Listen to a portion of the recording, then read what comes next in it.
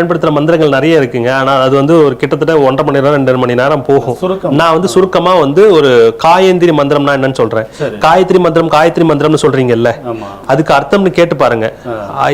நீங்க யாரு காயத்ரி சொல்றாங்களோ அவங்க கிட்ட போய் சொல்லி கேட்டு பாருங்க, அவங்களுக்கு அர்த்தம் தெரியாது. நான் சொல்றேன், அது காயத்ரி மந்திரம் கிடையாது, காயம் திரி மந்திரம்.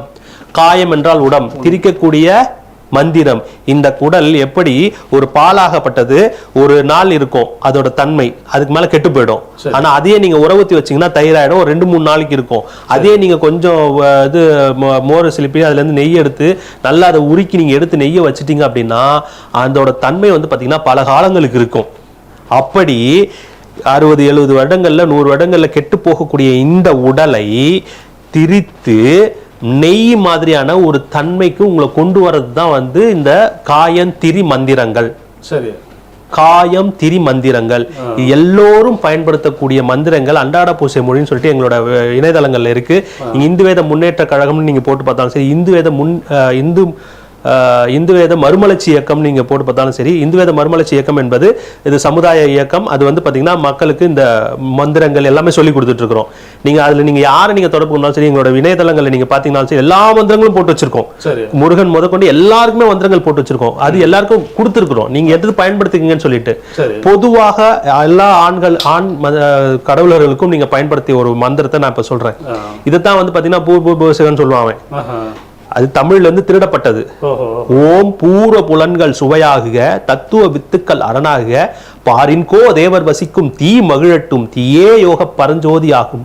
இது ஆண் கடவுள்களுக்கானது. பெண் கடவுள்கள் மொத்தம் எல்லாத்துக்கும் சேர்ந்து சொல்லணும். ஓம் சத்தியே காத்தாயி அயனாய வித்தின் மகவே, வாழையே கண்ணியே குமரியே நங்கையே, தீயென மலர்ந்திடு, தீயே உன்னோடு தூத்திரு பிரச்சனை யாவும், தாயே என்னோடு உயிரென பயிரென காப்பு வழங்கிடு. நீங்க பார்க்கும்போது அந்த மந்திரம் சொல்லும் போதே உங்களுக்குள்ள அப்படியே ஒரு புத்துணர்ச்சி ஏற்படும். இதை நீங்க திரும்ப எங்க குருதேவர் எழுதி வச்சிருக்காருங்க. நாங்க கொடுத்திருக்கிற ஏதாவது ஒரு மந்திரத்தை நீங்க உங்க வாழ்நாள் முழுக்க பயன்படுத்தினால் பத்தி சத்தி சித்தி முத்தி இந்த 4ம் கிடைச்சுட்டார். இப்ப நான் சொன்ன பாத்தீங்களா, இந்த ஒன்ன கூட நீங்க உங்க வாழ்நாள் முழுக்க நீங்க பயன்படுத்திட்டே இருந்தீங்கன்னா உங்களுக்கு பத்தி சத்தி சித்தி முத்தி கிடைச்சிடும். சரி, சரிங்களா? நாங்க அதோட நிக்கல. உங்களோட முன்னோர்கள், நம்ம குடும்பாண்டவர் குலதெய்வங்கள் தான் நம்மளோட முன்னோர்கள். அவங்கள வச்சு நம்ம பூசைகள் பண்றோம். அவங்கள நம்ம கொண்டு வர்றோம். நம்ம கடவுள்கள், இப்ப எல்லா கடவுள்களுமே நம்மளோட முன்னோர்கள் தான்.